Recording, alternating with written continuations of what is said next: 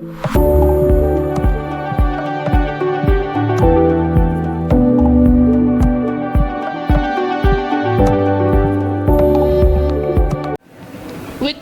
women coming into the workforce, who benefits the most? Don't say husbands because we have more breathing space now. The economy of our country, right? If you look at, we are going towards aging population, right? When we age, what happens? The working population starts to decrease. So what you can do, from the same population, you can increase the base of workforce. And when women join the workforce, the base increases, the economy of the nation also increases, right? So now getting my esteemed panelists into discussion. Vandana, you are the co-founder for RV Solutions and the CEO also. We all know that behind every successful man, and my audience is full of men, there is a successful woman. I actually have come to a type of industry where I am actually the only one, I feel, because I've been told that I handle manufacturing and marketing. The two things that are totally male dominated. Nobody expects a woman to be there. Means whenever I go somewhere, people actually look at me with surprise, some are astonished. I mean, it's a very different field where you don't see any woman. So it has been tough and has been very interesting as well. And speaking about the trends in manufacturing, especially in electronics, I've seen that mostly what is happening is the complete solutions these are imported from China, and here only the branding are done.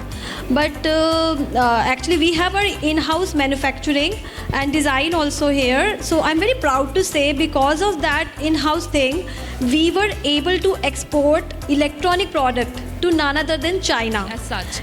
But now that we see that the trends have changed so much, for example, if I have to give you a few numbers, a recent report by BCG in 2023 said that about 31.8 trillion is the kind of money, or the money expenditure that women are now doing across the economy. So if we see, earlier women did not have that kind of, I would say, power to make purchases, but right now the trends are shifting, and with the kind of workforce coming into the picture, the contribution also to the household economy is going to increase by 25% in the next year.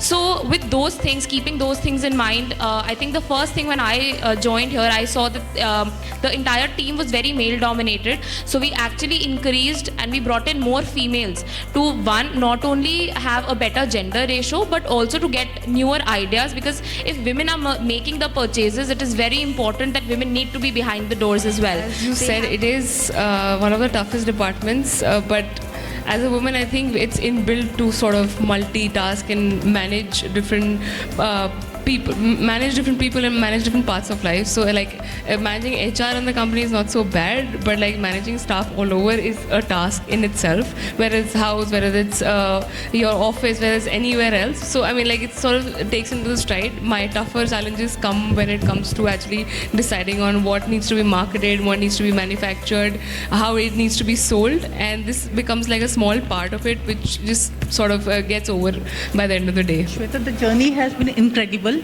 but nonetheless, there were significant challenges also. The primary challenge that I faced when I started off some 2 decades ago was tech being a very, very traditionally male-dominated area, so women were not easily accepted in that field. So tech है तो women को समझ नहीं आएगा. That was the preconceived notion.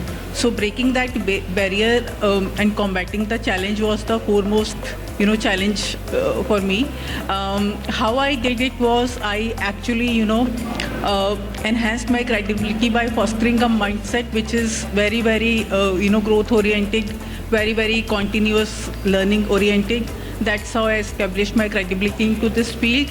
And by continuous results, sustained results, the seniors were able to give me opportunities which were at par with my male colleagues. So the marketing space is changing very, very rapidly. Earlier it was like, in the space that I am in, we primarily, market smart TVs. It was a family decision and it used to be a family device. people used to have their dinner together, watch TV. Now it's a very, very personal device, and the marketing is such that earlier it used to be mass communication, the messaging used to be through the modes of print and TV. Now it's on your personal device. The attention spans are shrinking like anything. If you are not able to grab the attention of the audience in earlier, 3 to 4 seconds, you're gone. So the whole dynamic has changed. Now we have more data. We can personalize the message. The communication can be very, very personal. Yeah, I mean, if you talk about few years back, a lot of things actually have happened in the services industry. So what I would want to categorize it as time monetization. So when we started, I mean, you could repair the phone in even 5 days, and today we talk about achieving that within 2 hours. So I'm sure there's a lot of innovation has happened for the time monetization from 5 days to 2 hours.